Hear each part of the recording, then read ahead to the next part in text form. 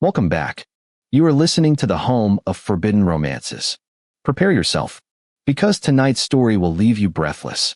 The gun on the mahogany desk was not for decoration, and neither was the heavy, suffocating scent of burnt cedar and ozone that filled the room, the pheromones of an alpha on the edge of a violent break. Strip. The command didn't come with a shout. It was a low, jagged rumble that vibrated through the floorboards, more terrifying than any scream. Julian stood frozen by the heavy oak doors, his fingers clutching the hem of the white silk suit that felt less like wedding attire and more like a shroud. Outside, the thunder of a relentless storm battered the glass of the penthouse, mirroring the turbulence inside. Julian Vance, the once celebrated pianist of the high aristocracy, was now nothing more than a debt payment, a breathing receipt handed over to the monster of the chaotic underworld, Cassian Thorne. Julian swallowed the bile rising in his throat. He looked up, forcing himself to meet the gaze of the man who now owned him. Cassian sat behind the desk, a shadow in a room of shadows. The lightning flashed, illuminating the jagged, silver ruin of a scar that cleaved down the left side of his face, severing the eyebrow and twisting the lip into a permanent, cruel snarl. It was a legacy of the fire Julian's own father had started years ago, the fire that had killed Cassian's family and birthed a demon. I said. Cassian stood up, his massive frame blocking out the dim light from the city below. Strip. Let me see what 10 million credits bought me. Julian's hands trembled, but he didn't look away. I am your husband, Cassian, Julian whispered, his voice steady despite the terror thrumming in his veins. Not a whore. Cassian moved. It was a blur of predatory speed. In a heartbeat, he was across the room, his hand, large, calloused, and hot, wrapping around Julian's throat. He slammed Julian against the door, the impact rattling Julian's teeth. The alpha's scent washed over him, drowning him in aggression and raw hatred. Husband. Cassian spat the word like poison. He leaned in, the scarred side of his face inches from Julian's eyes. Do not mistake this contract for a marriage, little Omega. You are collateral. You are the son of the man who burned my world to ash. You are here because I enjoy owning the things Arthur Vance loved. Julian gasped for air, clawing ineffectively at the iron grip. He didn't love me, Julian choked out. If he did, he wouldn't have sold me. Cassian's eyes, one glacial blue and the other clouded by trauma, narrowed. For a second, the crushing grip loosened. He dropped Julian, letting him slide to the floor, gasping. Get out of my sight, Cassian growled, turning his back. The guest wing is yours. If you step foot in my quarters again, I will break your fingers one by one. And then, you'll never play that damned piano again. The first month in the Thorne estate was a lesson in isolation. The mansion was a labyrinth of black marble and cold steel, a fortress built atop the cliffs overlooking the gray, churning sea. The staff, mostly betas who moved with the silent efficiency of ghosts, avoided Julian. To them, he was the enemy within the gates, the son of the corrupt politician who had tried to destroy their master. Julian learned to make himself invisible. He spent his days in the library or the small, dusty conservatory where an old grand piano sat neglected. He played softly, the notes of Chopin and Rachmaninoff drifting through the empty halls, a melancholic plea to a universe that had forgotten him. He barely saw Cassian. The alpha was a phantom, leaving before dawn and returning deep in the night, smelling of blood, gunpowder, and expensive whiskey. Cassian ran the city's port syndicate, a ruthless empire built on smuggling and arms dealing. It was a far cry from the glittering concert halls Julian was raised in, but Julian possessed a resilience that Cassian had not anticipated. The turning point came on a Tuesday, during the worst heat wave the city had seen in decades. Julian was in the kitchen, trying to coax a hesitant maid into giving him some tea, when the estate's security alarms blared. The sound was deafening. The heavy blast doors slammed shut over the windows. Master Cassian, the head of security, a burly beta named Marcus, shouted into his comms. The front doors burst open. Cassian stumbled in, supported by two guards. His white shirt was soaked crimson, not just with his own blood, but with the dark, viscous stains of others. But it wasn't the bullet wound in his shoulder that terrified the staff. It was the scent. Bitter, rotting wood. The scent of an alpha in a trauma-induced rut. An injured alpha in a rut was a mindless beast. The staff scattered, terrified of the aggression that would follow. Pain triggered the biological imperative to dominate, to kill, to breed. Get him to the safe room, Marcus yelled, struggling to hold Cassian up. Cassian roared, a guttural sound that shook the chandelier, and threw Marcus into the wall with a single swing of his arm. Cassian's eyes were blown wide, black pits of insanity. He was hallucinating, lost in the memory of the fire. Burn them, he muttered, swaying. Burn them all. He scanned the room, looking for a target, a threat. His eyes landed on Julian. Julian froze. Every instinct screamed at him to run. An Omega in the presence of a frenzied alpha was prey. But he saw something else. Beneath the rage and the blood, he saw Cassian's hand clutching his scarred face, the tremors racking his massive body. Everyone out, Julian said, his voice cutting through the panic. Mr. Vance, you can't, Marcus groaned from the floor. He'll kill you.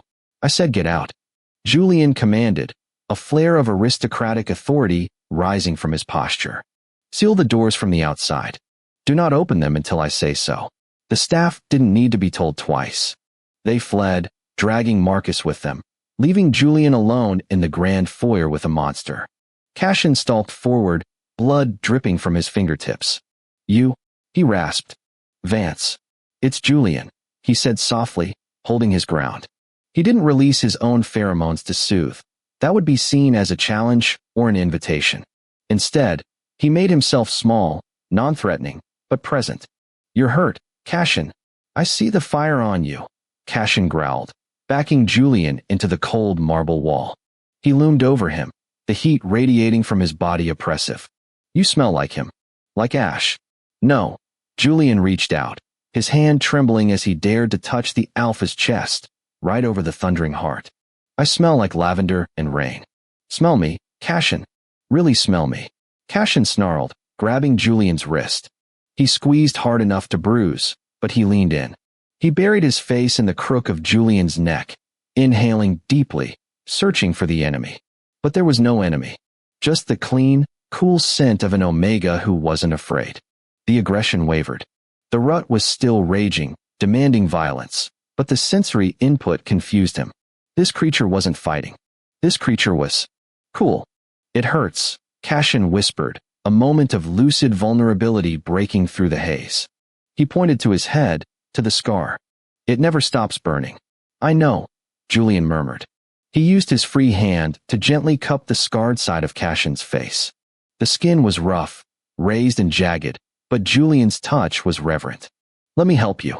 Julian guided the delirious alpha not to the bedroom, but to the expansive bathroom on the ground floor. He turned on the cold water in the massive stone tub. He stripped Cassian of the ruined shirt, washing away the blood with a sponge, ignoring the growls and the flinches. For hours, Julian sat on the edge of the tub, keeping Cassian submerged in the cold water to lower his feverish body temperature. He hummed a lullaby, a melody his mother used to play. Cassian drifted in and out of consciousness, his head eventually resting on Julian's knee. When dawn broke, the fever broke with it. Cassian opened his eyes. The madness was gone, replaced by a sharp, icy confusion. He realized his position, naked in a tub, head resting on the lap of the man he swore to hate. He jerked back, splashing water, scrambling to the far side of the tub. What did you do? Cassian demanded, his voice hoarse. Julian looked exhausted, dark circles under his eyes, his shirt soaked with water and blood. You were dying of heat stroke and blood loss. I lowered your temperature. Cassian stared at him. He touched his shoulder. It was bandaged neatly. He touched his face, the place Julian had held. You should have let me die. You would be free. I am a Vance, Julian said quietly, standing up on stiff legs. We pay our debts. You bought my life. I saved yours. Now we are even. He turned to leave, but stopped at the door. And for the record, Cassian, the scar doesn't make you a monster. Your cruelty does. The dynamic shifted. The hatred didn't vanish, but it transformed into a tense, silent observation. Cassian watched Julian. He watched him eat, he watched him read, and late at night, he stood in the shadows of the hallway and listened to him play the piano. He no longer saw Arthur Vance's son. He saw Julian. However, The world outside the estate was not so subtle. The annual syndicate gala was approaching, and Cashin was required to attend. Appearance was everything. He needed to show that the Thorn Empire was stable, and that meant parading his new husband. The limo ride was silent. Julian wore a suit of midnight blue velvet, fitted to perfection, highlighting his slender frame. He looked regal, untouchable. Cashin wore black, always black, covering as much of his skin as possible. "Stay close to me," Cashin ordered as the car pulled up to the gilded entrance of the hotel. "These people are vultures. If they sense weakness, they will tear you apart." "I thought you wanted me torn apart," Julian replied, looking out the window. Cashin's jaw tightened. "I said I wanted to break you. I didn't say I would let anyone else do it." The gala was a suffocating display of wealth and corruption. Men with dead eyes and women with sharp smiles circled them. Julian held his head high, his etiquette flawless. He was the perfect trophy. But trouble arrived in the form of Silas Vane, a rival alpha from the Southern District. Vane was handsome in a traditional sense, but his eyes were predatory. Well, Vane sneered, blocking their path near the Champagne Tower. "If it isn't the beast and his bought beauty. I heard the Van Cess were destitute, but selling their only son to a scarred mongrel? That's a new low." The room went silent. Insulting Cashin's face was a death sentence, but Vane felt safe in the neutral territory of the gala. Cashin stiffened, his pheromones spiking with a warning spike of burnt cedar. But before he could move, Julian stepped forward. Julian looked Silas up and down with an expression of utter boredom. "Mr. Vane, is it? I suppose beauty is subjective. But at least my husband earned his scars in a war for his empire. You seem to have earned your reputation by gossiping like a bored fishwife." A few people gasped. A ripple of laughter went through the crowd. Silas's face turned red. "Watch your mouth, Omega," Silas hissed, reaching out to grab Julian's arm. The air in the room instantly evaporated. Cashin moved. He didn't strike. He simply stepped between them, radiating an aura of such intense, suffocating dominance that Silas actually stumbled back, choking. It was the crushing weight of a prime alpha. "Touch him," Cashin said, his voice terrifyingly calm, "and I will carve your family name off your family tree." Silas retreated, pale and shaking. Cashin turned to Julian. He didn't scold him. He didn't push him away. He placed a hand on the small of Julian's back, a possessive, claiming gesture. "Let's go," Cashin murmured. "I'm bored." In the car, the silence was different. It was charged. "Why did you do that?" Cashin asked, looking at Julian. "He insulted you," Julian said simply. "I can fight my own battles." "I know." Julian turned to him. "But you're my husband. Contract or not. I won't let them mock you." Cashin looked at Julian, really looked at him. He saw the fire in the Omega's eyes. It wasn't the fire that burned, it was the fire that warmed. For the first time in 10 years, Cashin felt the ice around his heart crack. He reached out, his fingers hovering over Julian's cheek. Julian didn't flinch. Cashin traced the line of his jaw. "You are a fool, Julian," Cashin whispered, his voice rough with suppressed emotion. "Perhaps," Julian breathed, leaning slightly into the touch. The truce was fragile, built on new sand. And it was about to be tested by the tides of the past. 3 months into the marriage, Julian received a message. It was encrypted, delivered via an old contact from his previous life. *, meet me at the old docks. Midnight. Alone. I can get you out. Dad, *. Julian stared at the screen. His father. The man who had sold him to clear gambling debts. The man who had caused Cashin scars. Logic dictated he show the message to Cashin. But fear, the fear that Cashin would kill his father instantly, held him back. Julian needed closure. He needed to tell his father that he was dead to him. He sneaked out. It was a mistake. Cashin found the empty bed at 1 a.m. He found the encrypted tablet Julian had left behind in his haste. He didn't need to decrypt it to know what it was. Betrayal. The roar that tore from Cashin's throat shattered the vase on the nightstand. When Julian arrived at the foggy, desolate docks, he didn't find a rescue boat. He found his father, Arthur Vance, surrounded by 5 armed mercenaries. Arthur looked disheveled, desperate. "Julian." "Thank God." Arthur rushed forward. "Do you have the access codes?" "The security bypass for the Thorn accounts." Julian stepped back, his heart turning to stone. That's why you called me? Not to save me. To rob him. He's a monster, Julian. He deserves it. We can take the money and run to the Swiss zones. He is my husband, Julian said coldly. And he has treated me with more honor in 3 months than you did in 20 years. Honor?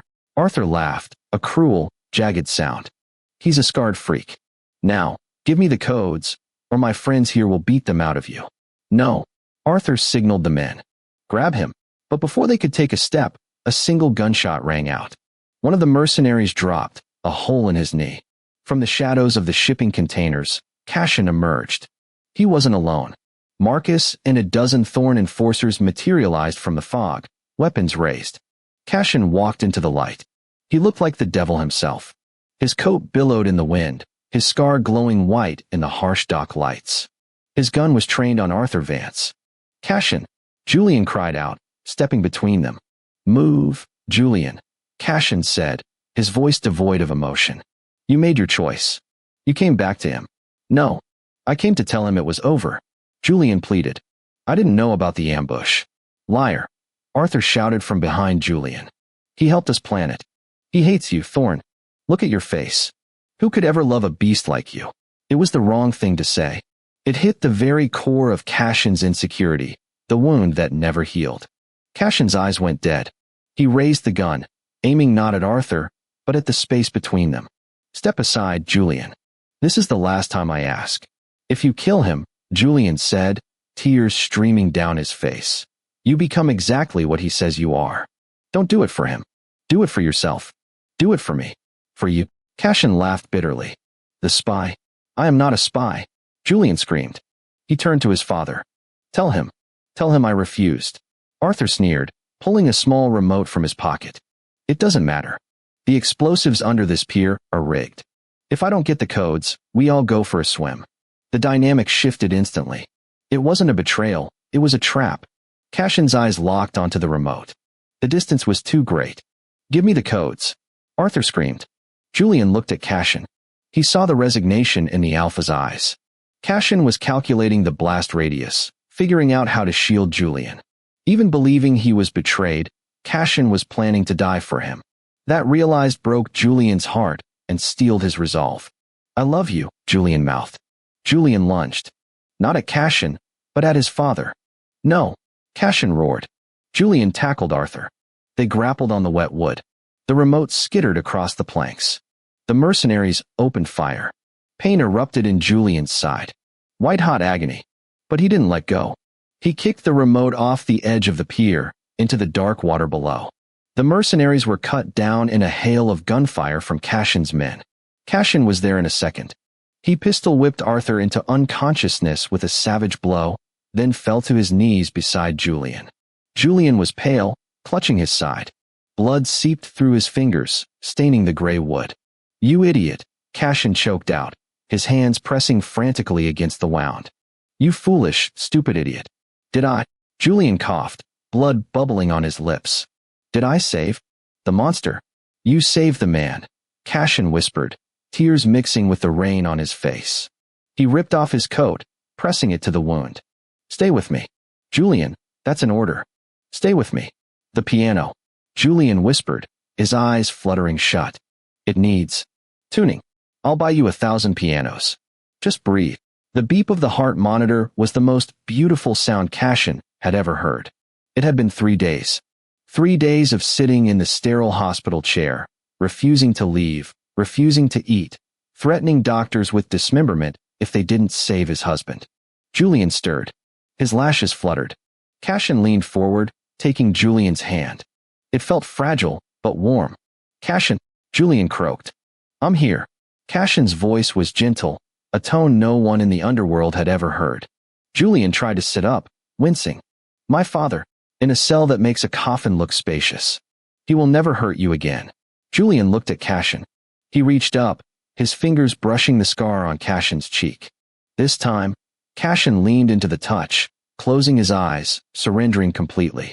You came for me, Julian said. I will always come for you, Cashin replied, opening his eyes. The blue was clear, the hatred gone. I thought you betrayed me. Why did you tackle him? You could have died. Because, Julian smiled weakly. Someone had to protect the alpha. Cashin let out a shaky breath. He turned his head and kissed the palm of Julian's hand. I tore up the contract, Julian. Julian's heart skipped a beat. Oh, so, I'm free to go. You are free, Cashin said intensely.